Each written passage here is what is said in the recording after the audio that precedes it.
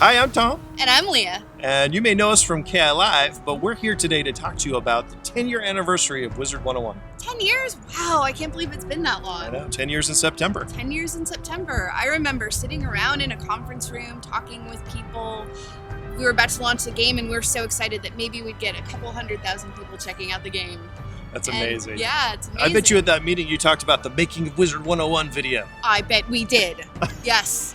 And it was so much fun to put together. We just went around and talked to the team and got quotes, and it was a really fun experience. Yeah, I was just a fan of the games at that point. I was an associate producer, so Things have changed. things have changed. I must have watched that video 100 times. I'm pretty sure I'm in that same boat, Tom.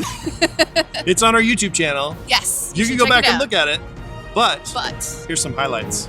check them out. Hey, you want to see something cool? I mean, like really, really cool? This whole experience is like playing pretend when you're a kid. You get really into it and you're lost in your own little world and you get a little piece of your childhood back. You know, the interesting thing to me about this project is the more you work with these characters, the more they start to really come to life. Even though I'm in programming, it's such a small team that I really feel like I'm an important part of the creation of the game. Cyclops, not bad. Doing environments for a kids game is a little bit different than doing environments, say, for a shooter or something along those lines, for the simple fact that you need to make things a little bit more colorful, a little bit more fun and saturated, a little bit more whimsical. That's one of the many strong points we have on our project is the time and effort we've put into making each character unique and putting in that extra effort to give them all personality. And you want creativity so that it can be the best it can be in terms of gameplay and visual presentation. And then chemistry is important because you want people to work well together.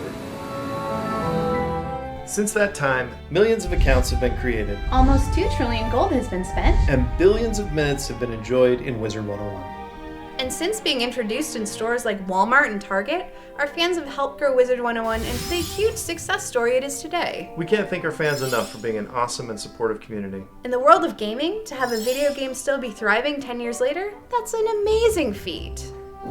And did you know that a lot of those people that were in that original video are still working here today? Absolutely. It's just a testament to how strong and dedicated the team is, and also how they just really want to make the best game possible. It's great. It's amazing. And we decided to go back to those people and a few extras and ask them to describe Wizard 101 in their own words. Here's what they had to say. Labor of love. Wizard 101 feels like home. It's a whimsical, magical adventure. I was thinking about this one. Fun, friendly, If I had one word, it would be whimsical, Playful. humorous, creative. and home. Timeless. Persistent. And it's not necessarily words, but I'll say the little engine that could. Determination. Determination, there you go. That's a good one. Wizard 101 is just full of whimsy. I mean, we have a place where crocomummies and fishbots and ninja pigs reign supreme, so definitely whimsical. Hey, do you want to see something really, really, really cool?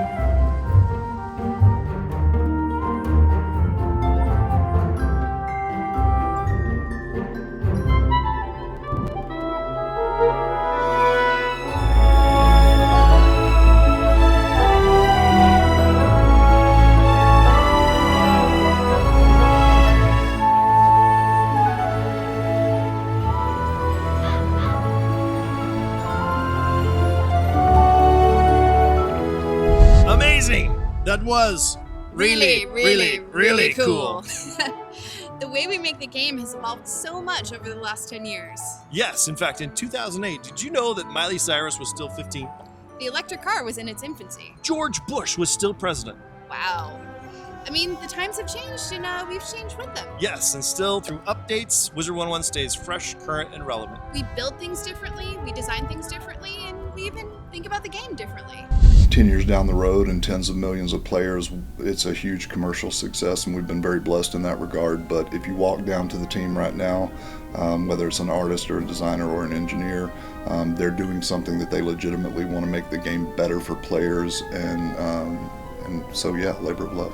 We've always aimed to be the Pixar of MMO games, which means something that's safe and friendly and fun for kids, but also things that adults not just tolerate, but also have fun with. My whole family plays. My mom is a PvP warlord.